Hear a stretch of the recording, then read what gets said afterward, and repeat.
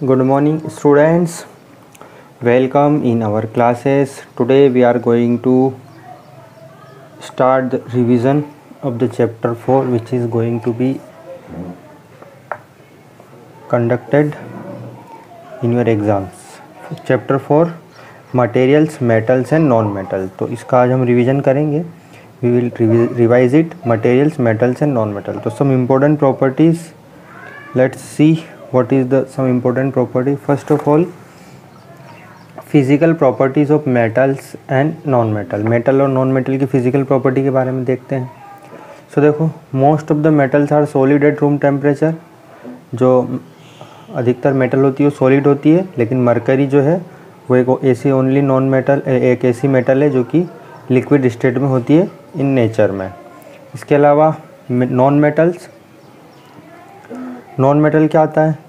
Generally solid भी होती है और गैस भी होती है, जैसे सल्फर, फास्फोरस एंड कार्बन. लेकिन ब्रोमीन एक ऐसी मेटल है जो कि लिक्विड होती है रूम टेम्परेचर पर. Bromine is the only non metal that exist as liquid at room temperature.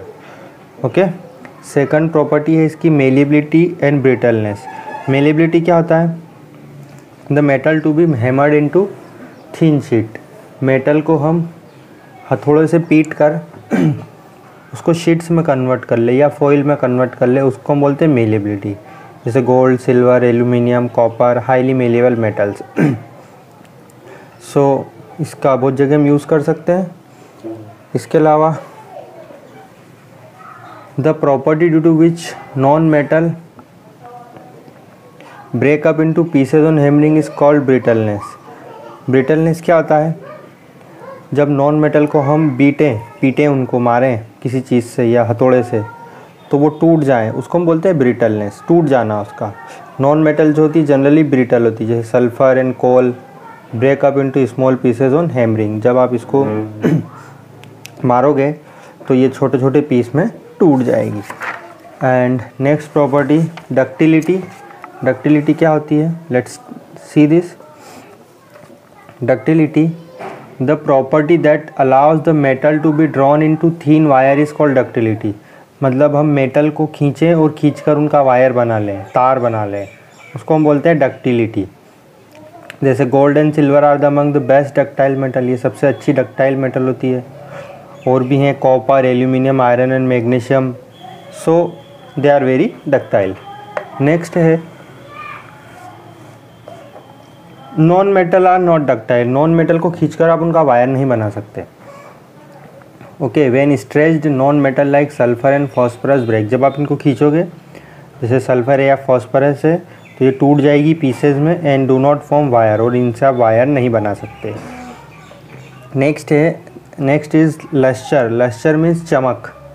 So most of the metal are lustrous. मतलब अधिकतर मेटल चमकीली होती है. इनका शाइनी सरफेस होता है. They have a shiny surface. इस प्रॉपर्टी को हम बोलते हैं metallic lustre. Okay. This property is known as metallic lustre. जैसे गोल्ड, सिल्वर एंड प्लेटिनम ये ज्वेलरी बनाने में यूज़ होती हैं, डेकोरेटिव आइटम. ओके. जबकि नॉन मेटल की बात करें हम, तो non metal do not have shiny appearance. इनका अपीयरेंस जो है शाइनी नहीं होता है, चमक नहीं होती इनमें जैसी मेटल में होती है. दे आर डल होती है इन अपीयरेंसेस. नेक्स्ट है fifth point conductor of heat. जो मेटल होती है वो हीट को अच्छे से कंडक्ट करती है, हीट को अच्छे से चलाती है. इसका एक एक्सेप्शन है बिस्मथ को छोड़कर बाकी सभी मेटल गुड कंडक्टर.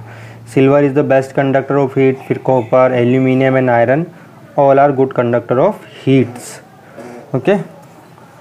नेक्स्ट देखो, non metals are poor conductor of heat. Non metal कैसी होती है? पुअर कंडक्टर होती है हीट की.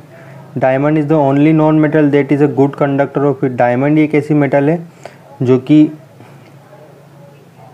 हीट की अच्छे से कंडक्टर होती है. ओके. नेक्स्ट है हार्डनेस. मेटल जनरली कैसी होती है? हार्ड होती है. जैसे आयरन है, बहुत ही हार्ड होती है. So iron metal is use in the construction of bridge बनाने में काम आता है, railway tracks, machines and it is. Sodium and potassium जो होती है वो सॉफ्ट मेटल होती है एंड कैन ईजिली भी कट विथ ए नाइफ. और आप इसको ईजिली चाकू से भी काट सकते हो सोडियम एंड पोटेशियम को. नॉन मेटल्स हार्ड नहीं होती है और स्ट्रॉन्ग भी नहीं होती है.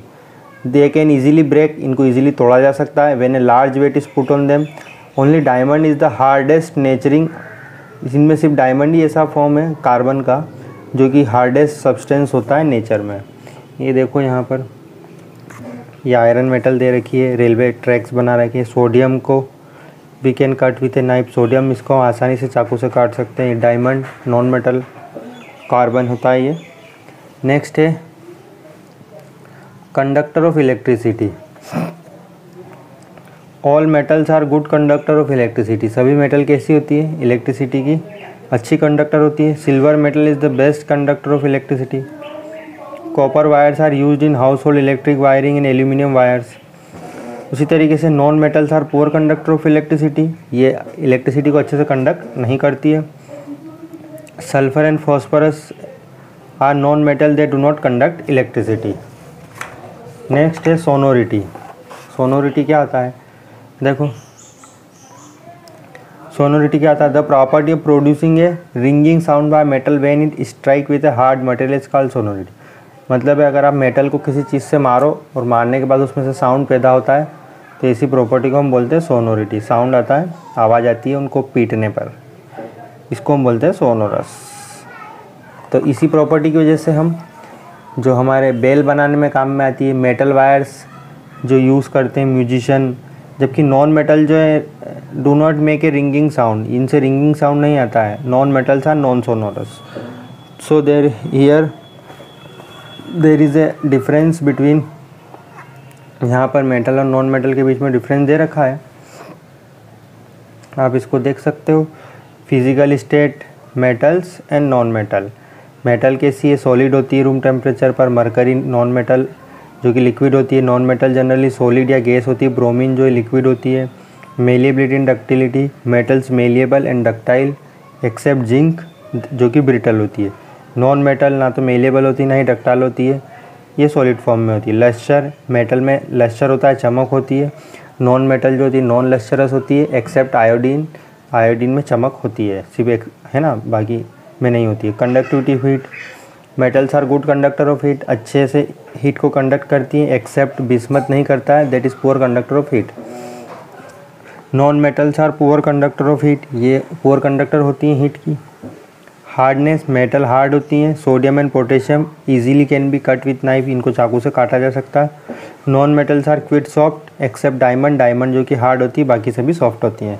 Electrical conductivity, all the metals are good conductor of electricity, non metals are poor conductor of electricity. Sonority, metals are sonorous and non metals are non sonorous. Chemical properties of metals and non metal, इनकी chemical property के बारे में देखते हैं। First property is that reaction with oxygen, जब आप metal की reaction करवाओगे ऑक्सीजन से तब क्या होगा, तो metal react with oxygen to form metal oxide.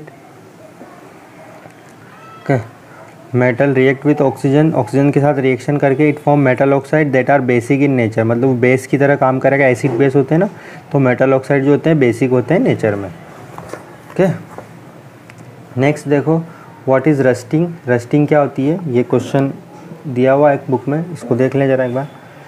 Pen, जब हम आयरन ऑब्जेक्ट को डैम्प एयर में या हवा में खुला छोड़ देते हैं जहाँ मॉइस्चर होता है, तो उसके ऊपर एक रेडिश ब्राउन कलर का फ्लेकी सब्सटेंस आ जाता है जिसको हम बोलते हैं रस्टिंग ऑफ आयरन। ओके, सो उससे ख़राब हो जाता है, जंग लग जाती है लोहे में।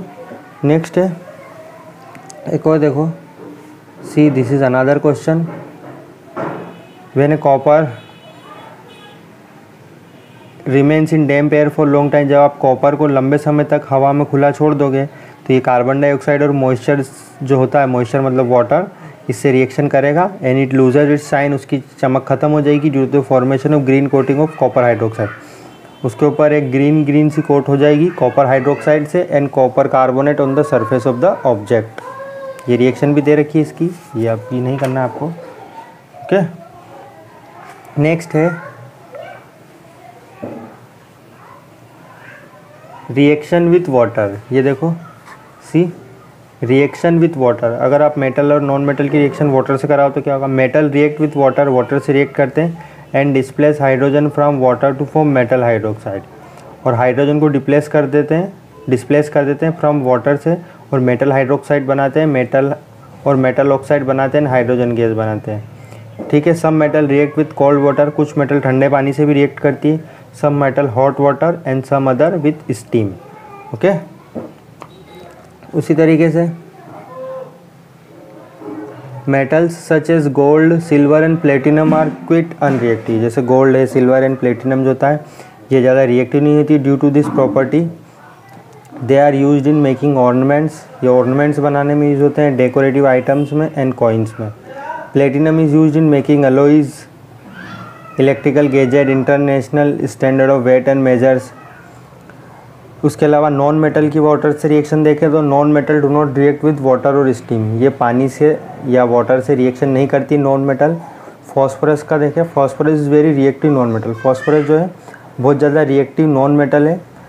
अगर आपने इसको हवा में खुला छोड़ दिया फॉस्फोरस को, इट कैचेस फायर एंड दस इज स्टोर इन वाटर, यह आग पकड़ लेगी, इसलिए हमको इसको वाटर में स्टोर करके रखना पड़ेगा। थर्ड देखो, reaction with acids. Metals are react with acid to form their respective salts and hydrogen gas. देखो मेटल की रिएक्शन करवाएं हम एसिड से तो ये सॉल्ट बनाएगा और हाइड्रोजन गैस बनाएगा। This is metal zinc, this is sulphuric acid, ये एसिड है, दिस इज़ जिंक, ये सल्फ्यूरिक एसिड है, ये दोनों रिएक्शन करेंगे। यहाँ पे जिंक सल्फेट, ये जिंक सल्फेट एक सॉल्ट है और ये हाइड्रोजन गैस बनाएंगे। फिर मैग्नीशियम देखो, मैग्नीशियम एक मेटल है और सल्फ्यूरिक एसिड एक एसिड है, तो ये दोनों रिएक्शन करेंगे और मैग्नीशियम सल्फेट बनाएंगे। मैग्नीशियम सल्फेट जो कि एक सॉल्ट होता है। एंड हाइड्रोजन, सॉल्ट सिर्फ खाने वाला नहीं होता है, और भी तरह तरह के सॉल्ट्स होते हैं। ओके, सो इसके अलावा reaction with base, fourth point देखो, metals react with bases to form their respective salts and hydrogen gas. Same to same metal भी बेस के साथ रिएक्शन करेंगी, सॉल्ट और हाइड्रोजन गैस ये बनाती है यहाँ से। फिफ्थ रिएक्शन देखो आप, डिस्प्लेसमेंट रिएक्शन। डिस्प्लेसमेंट रिएक्शन एक तरह की केमिकल रिएक्शन होती है इन विच मोर रिएक्टिव एलिमेंट डिस्प्लेस ए लेस रिएक्टिव एलिमेंट। जो ज़्यादा रिएक्टिव एलिमेंट है वो कम रिएक्टिव एलिमेंट को डिस्प्लेस कर देगा उसके सॉल्ट के सॉल्यूशन से। सॉल्ट आपने लिया, उसका सॉल्यूशन बनाया, देन ये रिएक्शन होगी। सो क्या है, in other words displacement reaction is a chemical reaction in which A more reactive element displace A less reactive element. Come reactive, ज़्यादा रिएक्टिव एलिमेंट कम रिएक्टिव एलिमेंट को डिस्प्लेस कर देगा फ्रॉम इट्स सॉल्ट सॉल्यूशन, उसके salt के solution से। Okay, next देखो, ये यहाँ पर डिफरेंस दे रखा है, reaction with oxygen, metals and non metal. Basic oxygen के साथ most of the metal react with oxygen to form basic oxide, basic oxide बनाते हैं। ये नॉन मेटल रिएक्ट करेंगे ऑक्सीजन से, एसिडिक ऑक्साइड या न्यूट्रल ऑक्साइड बनाएंगे। Reaction with water, metal hydroxide बनाते हैं और metal oxide and hydrogen gas बनाएंगे। नॉन मेटल वाटर के साथ में रिएक्शन अंडर नॉर्मल कंडीशन में नहीं करते हैं।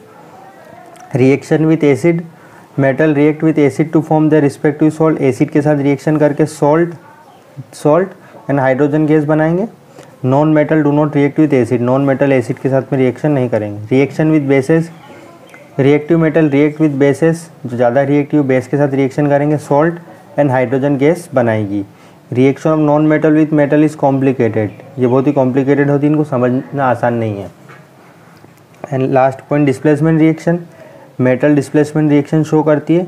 Most of the non metal do not show displacement reaction but certain reactive non metal displace less reactive non metal from their salt solution.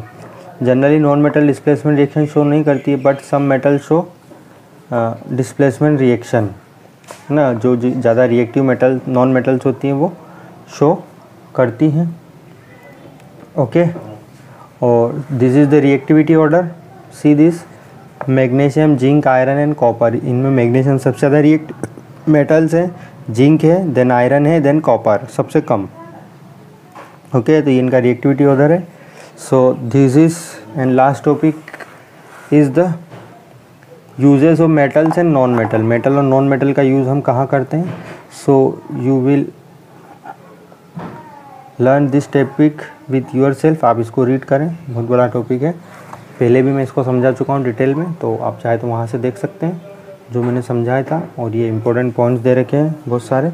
So this is our overall lessons which is revised, कि overall lesson है जो हमने revise किया, और question answer भी already मैंने revision में डाल रखे हैं पुराने वीडियोस में, आप जाके वहाँ से देख सकते हैं। Okay, so this is enough for today. So whatever we learn today, please revise it and make a good question paper and get a good marks in your exam। okay, so understand all the questions and answers। इसको read करें, पढ़ें, समझें और अच्छे से अपना question paper लिखें। Okay, thank you very much.